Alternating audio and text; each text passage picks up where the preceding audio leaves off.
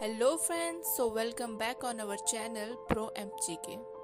तो आज हम लेके आए हैं वर्ल्ड पॉलिटिक्स का एक नया टॉपिक, कोल्ड वार। आप सोचेंगे कि कोल्ड वार कैसी लड़ाई होती है। कोल्ड वार एक्चुअल वार और डायरेक्ट वार नहीं होती। ये एक डिप्लोमेटिक वार होती है जो अलग अलग मिलिट्री अलायंसेस के थ्रू लड़ी जाती है। कोल्ड वार दो पावरफुल देशों के बीच की टसल को कहा जाता है, जो एमर्ज हुई थी 12 मार्च 1947 के बाद। सेकेंड वर्ल्ड वार के चलते शुरू होती है यूएसए और यूएसएसआर के बीच में कोल्ड वार। हाँ, वही यूएसएसआर जो आज 15 कंट्रीज में डिवाइड है।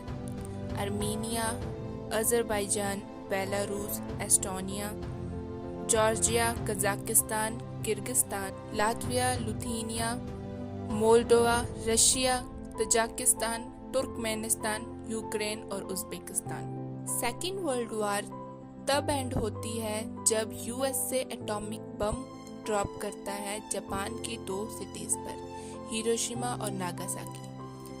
अगस्त 1945 को फोर्सली जापान को सरेंडर करना पड़ता है और फिर यहाँ से शुरू होती है कोल्ड वार यूएसए और यूएसएसआर के बीच में। इटली, जापान और जर्मनी को हराकर ग्लोबल स्टेज पर दो नए सुपर पावर एमर्ज हुए थे। एक और बड़ा रीजन था इस राइवलरी का, वो था आइडियोलॉजिकल डिवाइड्स। जहां यूएसएसआर चाहता था कम्युनिज्म और सोशलिज्म पूरी दुनिया में फैले, वहां ही यूएसए कम्युनिज्म और सोशलिज्म को कंट्रोल करना चाहता था और कैपिटलिज्म को फैलाना चाहता था। सेकेंड वर्ल्ड वार के दौरान ईस्ट यूरोप यूएसएसआर के अंडर था, जिस वजह से वहां भी कम्युनिज्म इन्फ्लुएंस हुआ। यहाँ तक कि ईस्ट जर्मनी, हंगरी, रोमानिया और यूगोस्लाविया पर कम्युनिज्म का असर हो रहा था। कम्युनिज्म चाइना से होते हुए नॉर्थ कोरिया तक फैल गया। इस हालात ने यूएसए और यूएसएसआर के बीच में सीरियस आइडियोलॉजिकल रिफ्ट पैदा की और रिलेशन में मिसट्रस्ट होने की वजह से कोल्ड वार में और आग लगी और इस आग में बहुत से देशों का नुकसान हुआ। पहला नंबर आया कोरिया का। नॉर्थ कोरिया की साइड यूएसएसआर और साउथ कोरिया की साइड यूएसए था।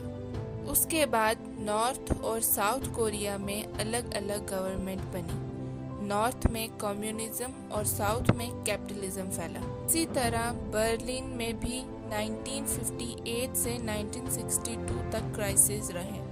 कॉन्गो में 1960s में, क्यूबन में 1962 में, वियतनाम में 1965 से 1975 तक और अफगानिस्तान में 1979 टू 1989 तक रहे एंड सो ऑन।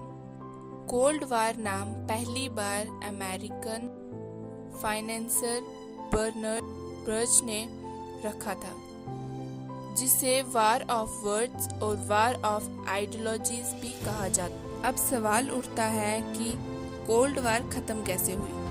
1985 में यूएसएसआर में नए प्रेसिडेंट इलेक्ट होते हैं, मिखाइल गोर्बाचेव, और नए रिफॉर्म्स लाना शुरू करते हैं।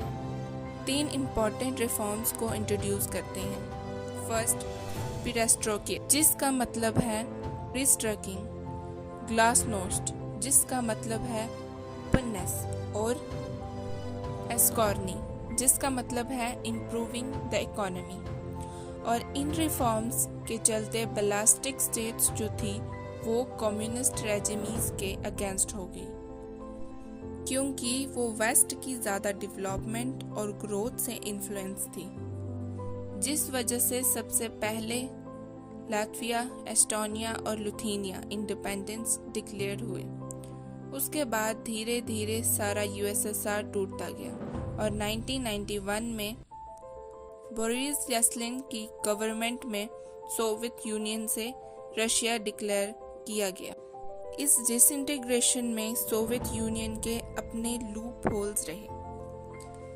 जिस वजह से सोवियत यूनियन के ही लोग प्रोटेस्ट करने पर उतर आए। जैसे वहाँ का सिस्टम ब्यूरोक्रेटिक था और ओवर सेंट्रलाइज था। डेमोक्रेसी ना होने की वजह से लोगों के पास कोई राइट्स नहीं थे और ना कोई फ्रीडम थी। फ्रेंड्स, वीडियो अच्छी लगे तो वीडियो को लाइक और चैनल को सब्सक्राइब कर दें।